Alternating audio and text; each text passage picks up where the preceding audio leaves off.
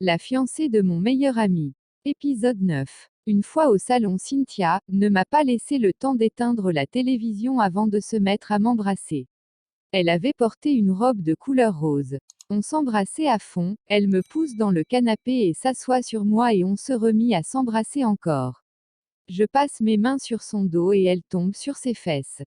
Ses fesses sont tellement rondes et un peu grosses pour bien pincer.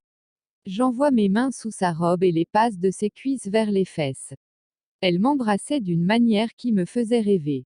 Une fille ne m'a jamais embrassée de cette façon. L'envie me prenait grave, je soulève sa robe et elle me facilite la tâche, en élevant ses bras en haut. Son soutien-gorge avait la même couleur que la robe et son slip. Elle enlève mon habit et se met à ouvrir ma ceinture, je l'écarte de côté pour mieux enlever mon jean. Elle me regardait avec passion et désir et dit, envoie-moi loin de la terre bébé. Alors je me baisse sur elle pour l'embrasser. En l'embrassant, elle se met à toucher mon junior qui se chauffait déjà. Ça m'excitait lorsqu'elle caressait mon junior sous mon caleçon. J'appuyais ses seins et j'enlève le soutien-gorge. Ses nichons sont encore bien debout et sont dans les moyens. Alors je me mets à les sucer l'un après l'autre et elle laissait des gémissements en appuyant ma tête. Elle bougeait ses reins avec souplesse. Elle attrape ma main droite et l'envoie vers son bas et je constate qu'elle mouillait déjà. Alors je me suis dit que c'est le moment, je tire son slip et j'enlève mon caleçon et je la pénètre. Ainsi on a fait l'amour dans le salon de mon oncle presque 30 minutes. Lorsqu'on a terminé, elle monte dans ma chambre pour prendre un bain. En partant, elle me demande si je ne viens pas. Je réponds, oui je te rejoins tout à l'heure, il faut que j'arrange le canapé. On avait tout jeté par terre, même mon chien avait fui pour aller se cacher je ne sais où. Après avoir mis tout à sa place, je monte aussi. Elle était encore sous la douche et dès qu'elle constate ma présence, elle dit, tu peux m'apporter la serviette s'il te plaît. Je prends la serviette et l'amena dans la douche. Elle me faisait dos en frottant sa jambe. Je la regardais et je sentis l'envie me prendre encore, mais je ne réagis pas. Mais lorsqu'elle s'abaisse pour frotter ses pieds, c'est alors que mon junior me dit, mais tu attends quoi pour que j'atteigne ma cible? Alors je jette la serviette, et je me précipite vers elle. Elle ne m'a pas vu venir mais lorsqu'elle sentit que je la pénétrais, elle lance un cri doux et envoie sa main gauche derrière pour attraper ma jambe et l'appuyer contre ses fesses. On a passé 15 minutes en faisant encore l'amour. Et c'est après qu'on a pris le bain ensemble et on s'est mis à dormir. Après quelques heures de sommeil, mon portable se met à sonner, je ne voulais pas me lever pour décrocher, car j'étais hyper fatiguée. Cynthia dormait profondément. Alors je me lève tout doucement pour prendre l'appel. Je regarde le numéro et c'est celui de Brenda. Je me dis, mais qu'est-ce qu'elle me veut encore celle-là pour me réveiller en plein sommeil? Je regarde Cynthia et sors de la chambre et je décroche. Oui, allô Brenda, mais tu faisais quoi pour ne pas vite répondre? Elle était furieuse. Je dormais, et il y a quoi pour que tu t'agites ainsi? Je suis au portail, viens m'ouvrir, ça fait plus de 5 minutes que je sonne mais personne ne répond, or je sais que tu es là. En entendant ça, j'ouvre de grands yeux, et dis, tu es au portail tu dis. Je parlais avec frayeur. Oui, mais dis-moi il y a un problème pour que tu changes de voix rapidement. Je reste silencieux un moment et va voir Cynthia qui dormait toujours. Je ne savais pas quoi faire.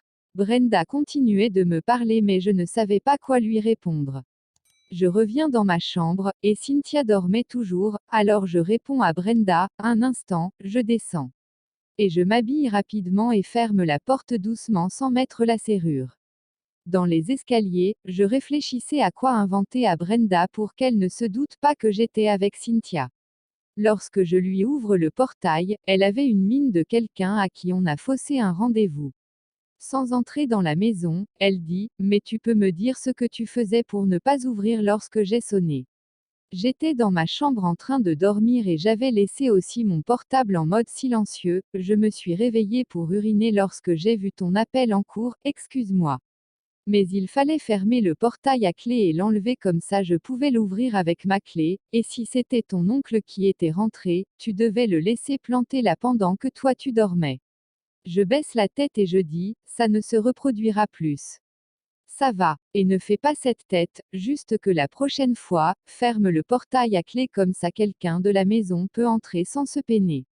Ok, c'est compris. Elle entre et referme le portail, elle met sa main derrière mon cou et on se dirige vers le salon. Elle me demanda comment j'ai passé ma journée. Je me rappelais de notre partie de jambes en l'air de Cynthia et moi, et je touche mon menton en souriant et dis, superbe tata et la tienne, fatigante mais je n'y peux rien, avec mes 2 restaurants, c'est pas du tout la joie de passer une journée paisible et il y a aussi l'entreprise de mon père qu'il m'a laissée pour aller en congé avec ma mère. Ce n'est pas facile hein, tu vois non mon chéri, mais ça ne m'a pas empêché de penser à toi, c'est pour ça que j'ai jugé bon de passer te voir avant de rentrer. Dis-moi tu as mangé quoi, j'ai fait un peu du riz avec du poisson. Mais toi tu aimes le riz hein. Et on se met à rire tous les deux, tu as vu mon oncle aujourd'hui, non mais je l'ai appelé ce matin avant qu'il ne parte au service. Je suis sûre que tu dormais encore. Je me mets à rire et elle continue, j'espère que quand les cours vont commencer, ton oncle ne va plus te laisser au lit comme ça. En tout cas, s'il ne le fait pas, moi je t'appellerai chaque 6 heures pour te réveiller avec un joli bonjour car tu es mon petit champion adoré. Lorsqu'on arrive au salon, elle se dirige directement dans la cuisine. En ce temps, j'aperçois quelque chose sous le guéridon qui a une forme d'une cravate, je ne voyais qu'une partie de la chose. Alors je m'abaissai pour bien voir ce que c'est, et c'était le soutien-gorge de Cynthia. Je voulais le prendre et vite monter le déposer dans ma chambre mais c'est en ce moment que Brenda sortait de la cuisine avec un verre de jus en m'appelant.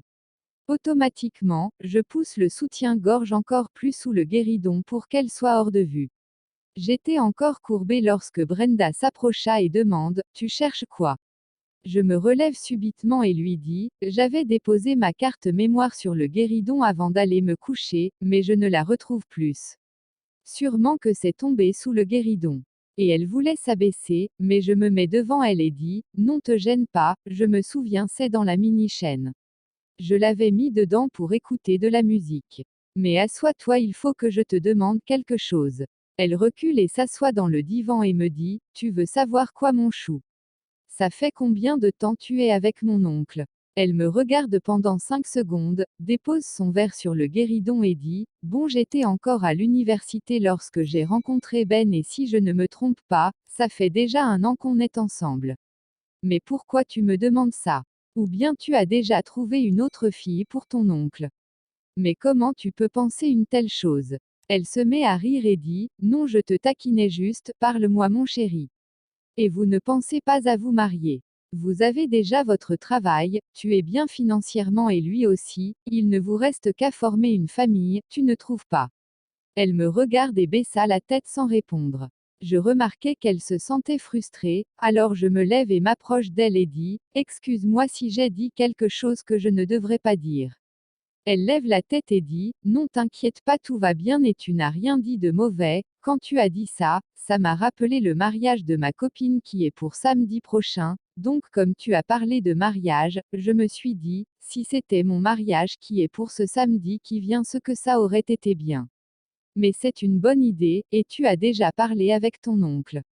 Non mais dès qu'il rentre le soir, je lui en parlerai. Et je me lève pour aller chercher un verre de jus. En revenant de la cuisine, Brenda voulait prendre la télécommande, mais elle se glisse entre ses mains et tombe sous le guéridon.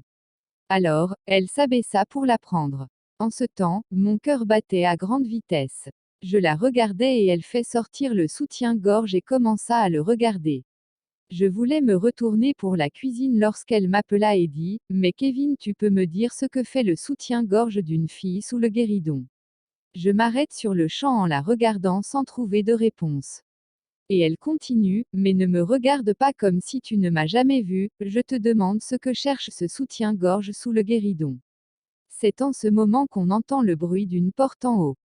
Brenda regarde vers les escaliers et me regarde et dit, tu es avec quelqu'un. Je ne réponds pas et elle me repose la même question, je te parle Kevin, tu es avec qui? C'est en ce moment que Cynthia descendait en m'appelant. Brenda m'y jette un regard de loup et dit, c'est la voix d'une fille que je viens d'entendre. Je ne répondais pas toujours et elle continue, mais je te parle Kevin. Et on entend encore Cynthia qui dit, Kevin tu es où? Je ne retrouve pas mon soutien-gorge, tu m'as vu ça par hasard. Elle était à 3 marches pour descendre et s'arrête aussitôt en nous voyant Brenda et moi. Elle avait couvert son corps avec mon drap et ne portait pas de chaussures. En la voyant, je fais monter ma pomme d'Adam et je regarde Brenda. Elle me regarde cette fois-ci avec un regard d'une lionne à qui on a arraché ses lionceaux et dit, Kevin, tu peux m'expliquer ce scénario. Elle me demandait en me montrant le soutien-gorge qui se trouvait dans sa main gauche et doigtait sa main droite en direction de Cynthia. Je la regarde et regarde Cynthia qui me jette un regard de peur en baissant la tête. Je baissais aussi la tête et ne trouvais quoi dire. À suivre épisode 10. Si vous avez aimé l'épisode 9 de La fiancée de mon meilleur ami, n'hésitez pas à laisser votre avis en commentaire, à liker la vidéo et surtout abonnez-vous et partagez avec des amis afin d'élargir la communauté. À très bientôt pour une nouvelle épisode. C'était TM Story, au cœur de la passion.